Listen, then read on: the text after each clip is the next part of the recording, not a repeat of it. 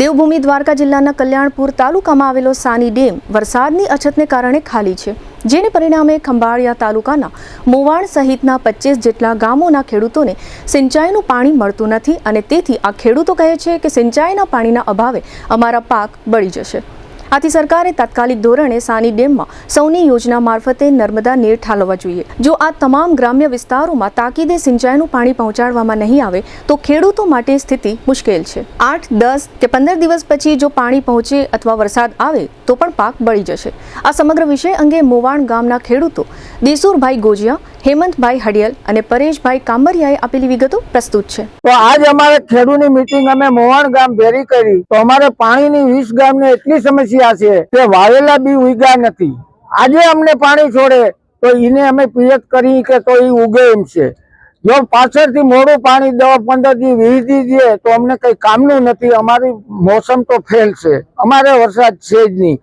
અટાણે પાણી પીવાની એવડી સમસ્યા છે તો ભલાઈ કરી અને અમે માગણી કરી બધા ખેડૂત 20 ગામના કે અમને તાત્કાલ પાણી આપો। हाल गुजरात में वरसाद है पर देवभूमि द्वारका में वरसाद है मिनिमम 4% वरसाद है। તેથી મોવાણ ગામમાં દેવભૂમિ દ્વારકા જિલ્લાના ખંભાળિયા તાલુકામાં વરસાદને કારણે કપરી પરિસ્થિતિ ખેડૂતની છે અને હાલમાં પાણીનો પ્રશ્ન બહુ છે। માલધારી તથા ખેડૂતને પાણીની સમસ્યાનો બહુ તકલીફ પડે છે। હાલમાં પીવાના પાણી છે નહીં તો આ સરકાર સૌની યોજનામાં પાણી છોડે તો હાલમાં ગટકી ડેમ તથા સાની ડેમ ભરાય તો ખેડૂતનો પાણીનો સમસ્યાનો હલ નિકાલ થાય છે। જેથી કરીને સરકારશ્રીને અમે રજૂઆત કરી છે કે અમે અટાણે 20 ગામના ખેડૂતો ભેગા થયા છીએ।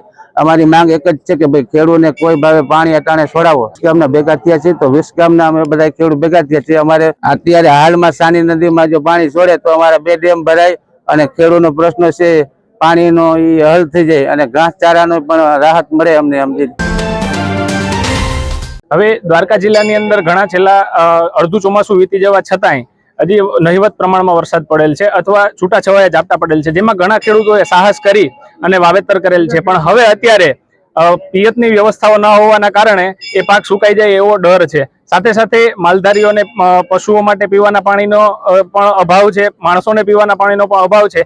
એટલે સાની ગઢકી જે ડેમો છે એની આસપાસના વિસ્તારના લોકો છે એ બધા ગામના ખેડૂતો ભેગા થયા છીએ અને સરકારશ્રી સમક્ષ એવી વિનંતી કરીએ છીએ કે વહેલી તકે સૌની યોજનાનું પાણી છે એ સાની અને ગટકી જેવા ડેમો છે એની અંદર છોડવામાં આવે અને ખેડૂતોને પીવાના અને પિયતના પાણીની વ્યવસ્થા કરવામાં આવે એવી અમારી માંગ છે।